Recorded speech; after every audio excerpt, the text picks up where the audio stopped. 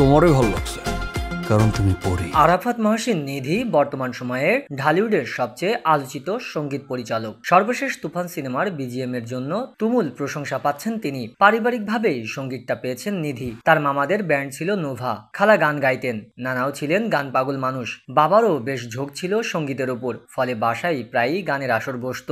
তাদের দেখে দেখে গানের প্রতি আকৃষ্ট হন তিনি।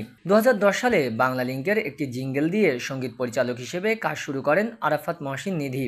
এরপর থেকে গত এক যুগে অসংখ্য বিজ্ঞাপন চিত্রের জিঙ্গেল বানিয়েছেন তিনি। তৈরি করেছেন আলোচিত কিছু গানও। একটা মানুষের মধ্যে দুটো মানুষ। মাঝে 2015 সালে মুক্তি পাওয়া রেদওয়ান রনি পরিচালিত আইসক্রিম সিনেমার সঙ্গীত পরিচালক হিসেবে অভিষেক ঘটে তার। সেই সিনেমার আবহ সঙ্গীতের পাশাপাশি 3টি গানের সবগুলোই সুর ও সঙ্গীত পরিচালনা করেন নিধি। অর্ণব, মমতাজ ও তাহসানের গাওয়া সেই গানগুলোর জন্য শ্রোতাদের প্রশংসাও কুড়িয়েছেন। এরপর দামালের আবহাওয়া সঙ্গীতের পাশাপাশি 4টি মৌলিক গানের সবগুলোরই সুর ও সঙ্গীত পরিচালনা করেছেন আরাফাত মহসিন নিধি, যাতে কণ্ঠ দিয়েছেন মমতাজ, প্রীতম হাসান, ইমরান ও কনা এবং সাকিব চৌধুরী ও ঐশী।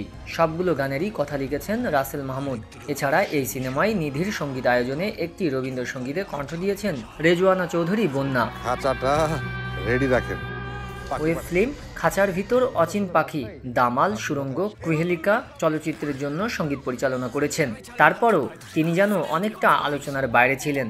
কিন্তু তুফান সিনেমা মুক্তি পাওয়ার পর সব হিসেব পাল্টে যায়। একটি সিনেমার দৃশ্যগুলোকে প্রাণ দেওয়ার জন্য এর বিজিএম সবচেয়ে গুরুত্বপূর্ণ উপাদান। তিনি তার তৈরি করা বিজিএম এর মাধ্যমে সর্বত্র প্রশংসা পাচ্ছেন তার করা বিজিএম এবং তুফান দিয়ে তিনি এবার মিডিয়ার নজরে চলে এসেছেন।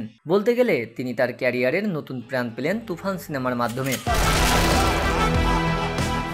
পরিশেষে গতানুগতিক ঢালিউড ইন্ডাস্ট্রি মনে হয় দীর্ঘদিন পর একজন ভালো মিউজিশিয়ান পাচ্ছে আরাফাত মহসিনের মাধ্যমে। তার আপকামিং কাজগুলোর জন্য রইল শুভকামনা।